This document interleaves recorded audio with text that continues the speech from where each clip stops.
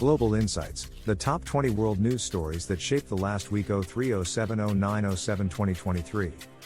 Devastating loss as heavy rains claim 76 lives and leave 133 injured in Pakistan.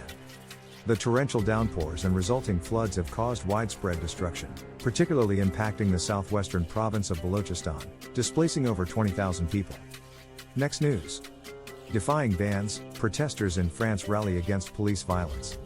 Despite prohibitions, thousands took to the streets in demonstrations triggered by the death of Adama Traoré, a young black man who died in police custody in 2016. Next news.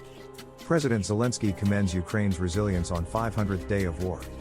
Ukrainian President Volodymyr Zelensky pays tribute to the courageous Ukrainian people on the 500th day of their ongoing conflict with Russia. In a video address, Zelensky emphasizes Ukraine's unwavering determination to fight for freedom. Next news. Reminder to British Chancellor Sunak, UK is a signatory to a convention prohibiting the death penalty. The UK's adherence to a convention opposing capital punishment is highlighted after Rishi Sunak's statement that he wouldn't rule out the reintroduction of the death penalty for certain crimes.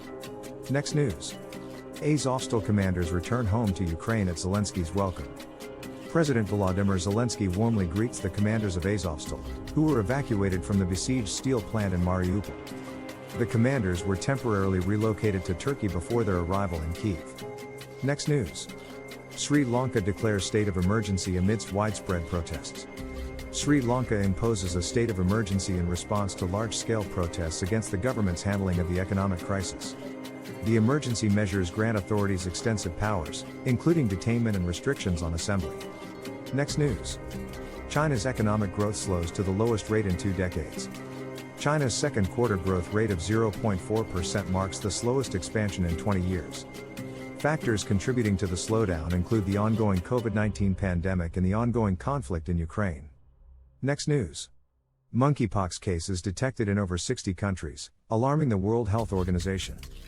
The World Health Organization reports instances of monkeypox in more than 60 countries, primarily concentrated in Europe, but also affecting regions in North America, South America, Africa, and the Middle East. Next news. Hurricane Bonnie forms in the Pacific, raising concerns. Pacific Ocean witnesses the formation of Hurricane Bonnie, the second named storm of the 2023 season. The storm is currently situated approximately 1,100 miles south of Mexico's Baja California Sur Peninsula. Next news. North Korea launches suspected ballistic missile into the sea. North Korea fires a suspected ballistic missile into the sea, just days after its leader, Kim Jong-un, vows to continue advancing the country's nuclear and missile programs. Next news. U.S. Treasury Secretary Yellen optimistic about improved relations with China. Following discussions with her Chinese counterpart in Washington, U.S. Treasury Secretary Janet Yellen expresses optimism about the state of U.S.-China relations, citing a surer footing and constructive dialogues on trade, climate change, and security. Next news. Zelensky appeals for increased support from allies in Ukraine's fight against Russian invasion.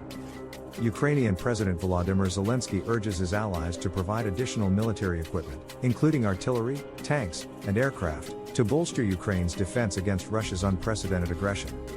Next news. Pope Francis appoints 21 new cardinals, including the first Black American cardinal. Pope Francis announces the appointment of 21 new cardinals, among them the first Black American cardinal from the United States. The elevation ceremony will take place in Rome on August 27. Next news. Sri Lanka's Prime Minister Wickremesinghe resigns amidst economic crisis protests. Sri Lanka's Prime Minister Ranil Wickremesinghe steps down following weeks of demonstrations against the government's handling of the economic crisis. The resignation comes shortly after President Gotabaya Rajapaksa's departure from the country.